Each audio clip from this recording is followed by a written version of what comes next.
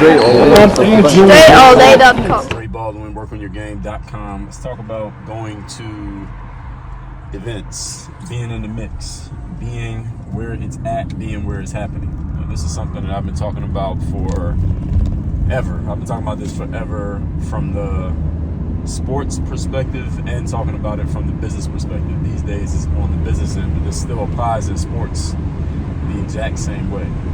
So when I was playing basketball, I once heard a player say that if you're going to say you're that guy on the court in the way that you play, you can't just be that guy playing against a bunch of bums at the LA Fitness. And if you're going to play it, you got to go play where all the best players are at. You got to find out where they gather, and you got to go there, and you got to be the guy there, dealing with those guys, not just dealing with the bums in your neighborhood and beating them. And if you are going to play at LA Fitness, you got to find out where the best players go, which LA Fitness they go to, and what time they show up, and you got to beat them. You can't just beat on a bunch of people who ain't shit and then say that you're somebody. That applied in the sports world, every sport that applies. Sports is just a straight up competition, it's a straight up meritocracy of performance. And it also applies in business. And in business, it's different in that we are not always in direct competition. A lot of business is collaboration rather than competition. But the principle of being in the mix and the principle of being where it's at still applies. And let me explain to you what I mean. In business, since so much of it is collaboration, what do you need in order to collaborate with another person? You need some level of relationship. People had to know who you are. They had to know that you exist. They had to like you on some level. And they have to have some trust and some belief that whatever it is that you bring to the table is actually useful and good for them. That's how you are able to possibly collaborate with another person. And collaboration in business can be many things. It can be, I will pitch your product to my audience and then I get a cut of the money that gets made. It can be, you're going to present me to your audience as a person who they should listen to, and then some of your audience members might also join my audience. It could be some type of joint venture where we just do an entire business deal together, where I'm going to do this part of the business deal, you're going to do that part of the business deal, and we just work together and we both make some money. There's a lot of different ways we can collaborate, but none of that's going to happen if I don't know who you are. None of that can happen if we don't have a relationship. And keep in mind, everybody, that even though we have this internet thing going, and you can make YouTube videos all day, social media posts, etc., keep in mind that there are a lot of people out there who still, actually almost everybody, still feels a stronger relationship to a person when they've looked you in the eye in real life and shook your hand and been in the same room that you were in. There's a stronger relationship when you do that than if you just talk to somebody on the internet. That's not saying that you can't collaborate with somebody through the computer. Of course you can. I've done a lot of collaborations with people who I did never meet in person before we did the collaboration, or who even to this day, I still have not met them in person, but we've done business deals together. Look at this person. What are you doing? See, you gotta be careful of people driving beat up cars because they don't care if they get in an accident. But anyway. So when it comes to business, and why I'm telling you to be in the room and be in the mix, this is how you can start meeting new people. This is how you can strengthen relationships that already exist. You can build relationships that previously didn't exist or would not exist had you not met this person and been in the same space that they were in. And is also where you might find your next customer or your next client just because you happen to be offering something that they need. Now, when it comes to being in the room, let's be clear on what I mean when I say the room. You know what it means to be in a place, right? That's not a metaphor. Being in the room means you got to be in the space where the things that you want to happen could possibly happen. So what does that mean? If you're let's say you build websites, you're a web designer, and you're looking for clients for your web design business, you have to be in the space where people who might want a website built are going to be. Your job is to know where that is and be there. That's your job if you're going to be in business. Where are the people who are looking to get websites built, and how can I make sure that I'm in the room where those people could possibly run into me?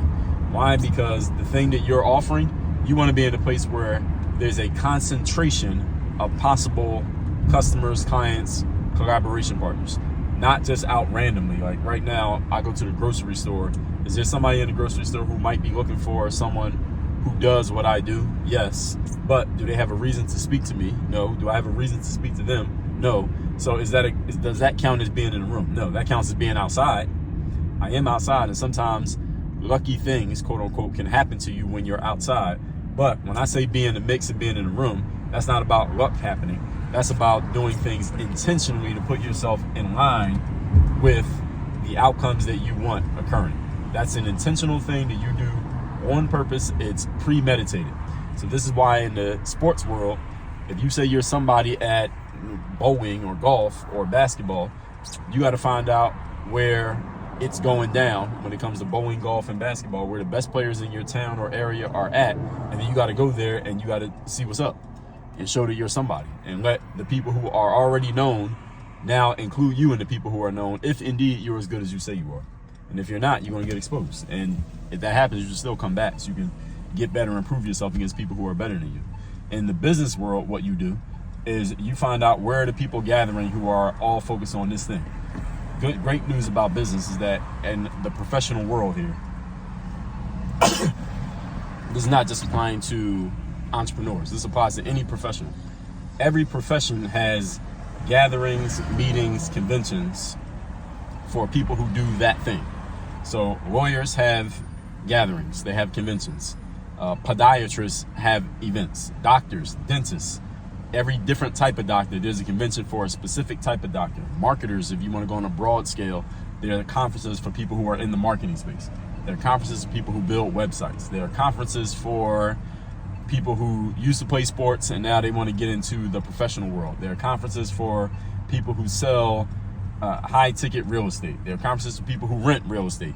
Whatever it is that you're looking for, there are gatherings. So a conference, an event, a symposium, a seminar, all of these are forms of gatherings where people come together on purpose, all focused on a similar topic so they can learn more about that topic, get excited and reinvigorated about the topic, and they can connect with other people who are also interested in the topic. That's one of the main reasons you go to events. When you've been in the game for long enough, and long enough could just be a few years, you don't go to events because you're trying to get more information about how to do things. It's not that you won't get information, but you don't go to events for information. When I go to a business conference these days, or an entrepreneurial event, or a marketing conference, or a sales conference, I'm not going there because I'm trying to get more information on how to do marketing and sales.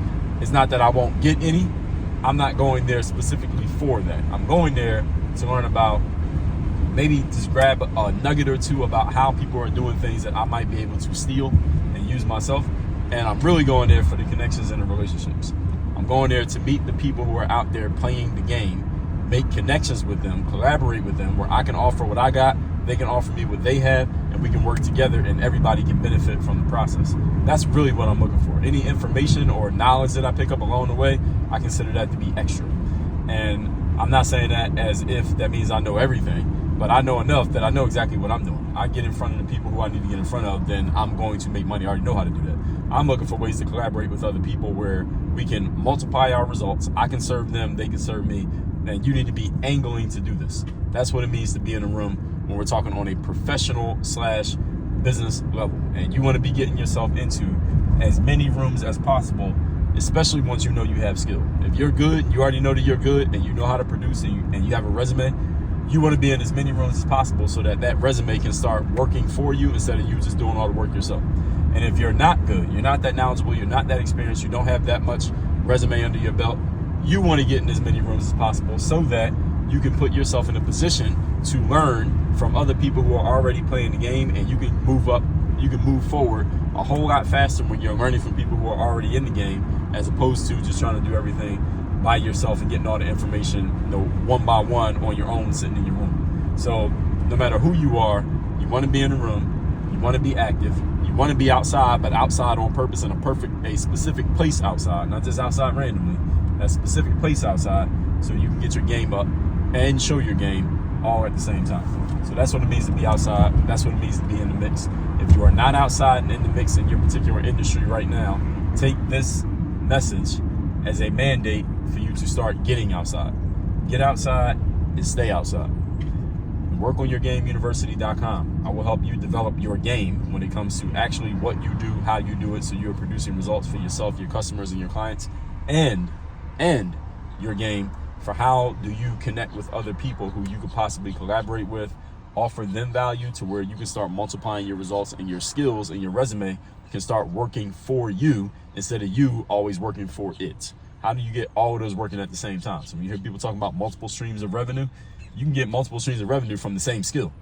You just got to figure out how to position everything in such a way that other people can get the value from it, and it doesn't always have to be you doing everything on your own, but there are things that you do to set that up. Go to WorkOnYourGameUniversity.com, have me as your direct coach, and let's get to it. Work on your game. Dre all day.